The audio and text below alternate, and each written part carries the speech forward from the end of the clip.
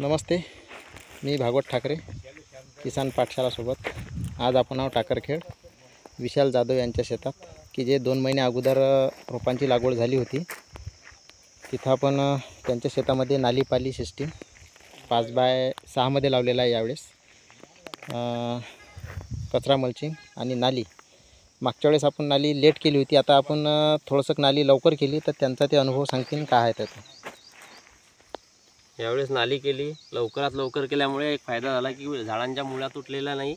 आणि विशेष म्हणजे मी नाली करताना थोडं अंतर जे रिव्हर्स फॉरवर्ड सिस्टीमचं रोटर असल्यामुळे त्याचं पाते सेंटरला जास्त घेतले आणि साईडचे काढून टाकलेले.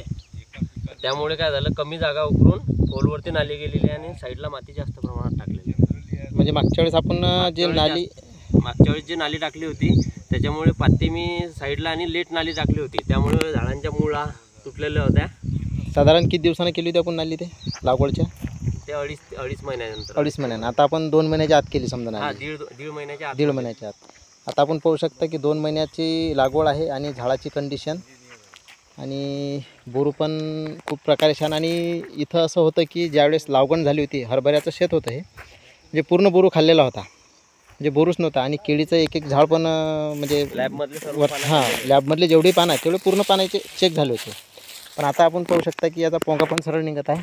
आणि काय करावं लागते की ज्यावेळेस बोरूची हाईट हे झाडाच्यापेक्षा जास्त अर्धा फूट ठेवायची असते. आणि आता फक्त याच्यामध्ये एकच करायचं की हे एक अशी विरळणी करायची याची, जेणेकरून याला ऊन लागलं पाहिजे. वाढ तशी ठीक आहे, पानाचं जे निघणारं पान प्रत्येक पान मोठा आहे, पोंगा पण वाकला नाही. आता जे झाडाच्या जवळ लावले ना, हे झाडं तिरपी दिसतात. तर त्याच्याजवळचं काय करायचं, ह्या बोरू एकदम काढून टाकला चालते, असं काढून डायरेक्ट जमीन लेवलला मोडा तो, म्हणजे की त्याला डबल काही येणार नाही.